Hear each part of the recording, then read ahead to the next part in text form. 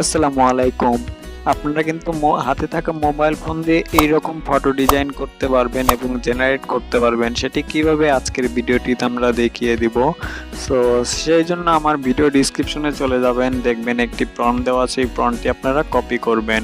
Copy করার পরে আপনাদের যেটি করতে হবে, আপনাদের গুগল ক্রোম ব্রাউজারে আসতে হবে। অ্যান্ড গুগল ক্রোম ব্রাউজারে এসে আপনাদের যেটি করতে হবে, এখান থেকে সার্চ বক্সে লিখবেন আইডিওগ্রাম এআই। এটা লিখে আপনারা সার্চ করে দিবেন। তো আমি এখান থেকে এটা লিখে সার্চ করে দিচ্ছি। তো এই যে ফার্স্টে যে ওয়েবসাইট আইডিওগ্রাম এআই, এই ওয়েবসাইটে আপনারা চলে যাবেন। এখান থেকে আসার পরে আপনাদের এরকম একটি পেজে নিয়ে আসবে। এখান থেকে একটু লোডিং নেবে। সো এই যে এখন দেখতে পাচ্ছেন এরকম আপনাদের আরো একটি পেজে নিয়ে আসবে। এন্ড এখান থেকে আপনারা যেভাবে কাজ করবেন সেটি আজকে আমরা দেখিয়ে দিব। এখান থেকে আপনাদের একটি অ্যাকাউন্ট করতে হবে, জাস্ট আপনার জিমেল অ্যাকাউন্ট অ্যাড করে দিবেন। এরপর আমাদের এখান থেকে প্লাস আইকনে যেতে হবে। এন্ড প্লাস আইকনে যাওয়ার পরে আমাদের এখান থেকে প্রম্পটটি পেস্ট করে দিতে হবে। যে প্রম্পটটি আপনারা কপি করেছেন আমার ভিডিও ডিসক্রিপশন থেকে, ওটি আপনারা এখান থেকে পেস্ট করে দিবেন। এরপর একটু এই যে নিচে দেখতে পাচ্ছেন ইওর নেম, আপনারা এখানে আপনাদের চ্যানেলের বা প্রোফাইলের নাম দিয়ে দিবেন।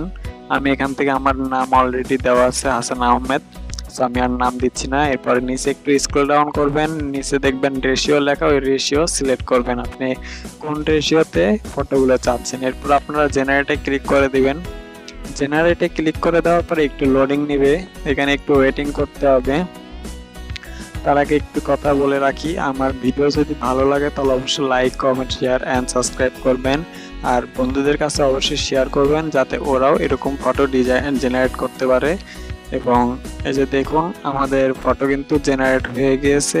তো আমরা যদি এখান থেকে ফটোতে ক্লিক করি তাহলে কিন্তু আমাদের ফটোগুলো এখান থেকে দেখতে পারবো। 2 নাম্বার দেখুন ফটোটি, পরে কিন্তু আমাদের নামটি দিয়ে দেওয়া হয়েছে হাসান আহমেদ।